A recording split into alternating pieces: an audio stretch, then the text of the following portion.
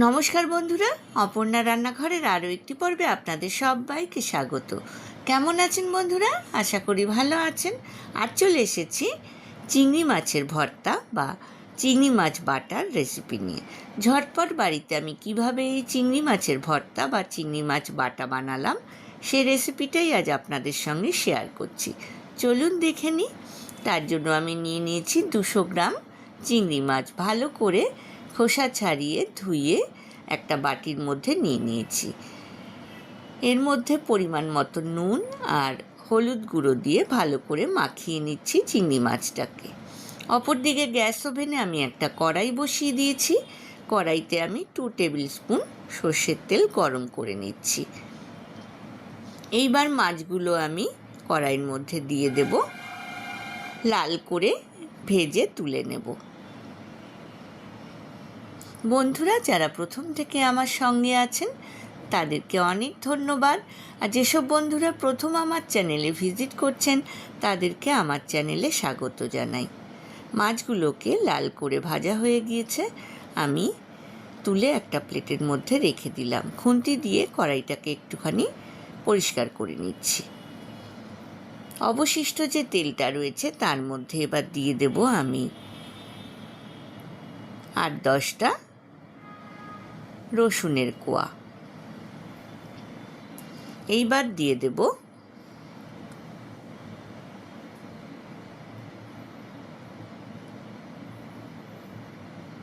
4টে চেরা কাঁচা লঙ্কা।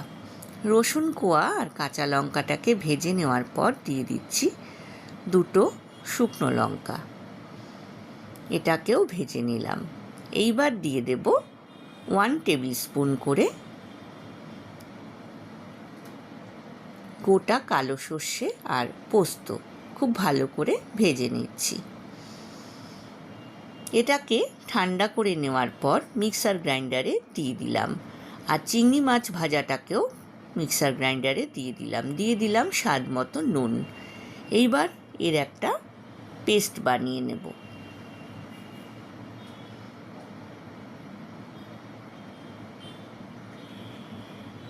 দেখুন, পেস্টটা কিন্তু তৈরি হয়ে গিয়েছে। অত্যন্ত সুস্বাদু এই রেসিপিটা। আপনারাও বাড়িতে বানান। আমাকে কমেন্ট সেকশানে কমেন্টস করে জানাবেন আপনাদের কেমন লাগলো। আবারও আমি কড়াইয়ের মধ্যে 2 টেবিল স্পুন সর্ষের তেল গরম করে নিলাম। এইবার আমি চিংড়ি মাছ বাটাটাকে স্পুন দিয়ে কড়াইয়ের মধ্যে দিয়ে দিচ্ছি। একদম শুকনো করে ভর্তা করে নেব।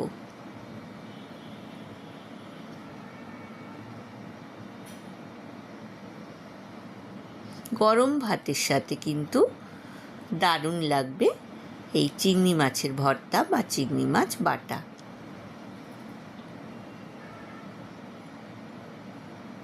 খুব ভালো করে মিক্সার গ্রাইন্ডার থেকে আমি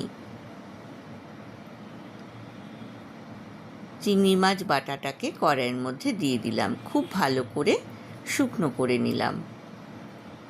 গ্যাসের ফ্লেমটা আমি বন্ধ করে দিয়েছি। এইবার আমি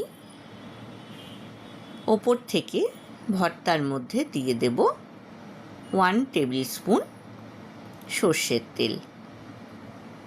চিংড়ি মাছের ভর্তা বা বাটা কিন্তু অলমোস্ট ডান।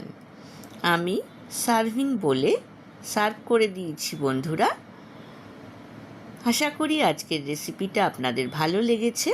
ভালো লাগলে লাইক, কমেন্ট, শেয়ার করতে কিন্তু ভুলবেন না। পাশে থাকা বেল আইকনটা প্রেস করবেন, তাহলে আমার নতুন নতুন রান্নার নোটিফিকেশান বা আপডেট কিন্তু আপনার কাছেই প্রথম পৌঁছবে। আজ এ পর্যন্তই বন্ধুরা, দেখা হবে আবার নতুন রেসিপি নিয়ে। ভালো থাকবেন, সুস্থ থাকবেন। ধন্যবাদ।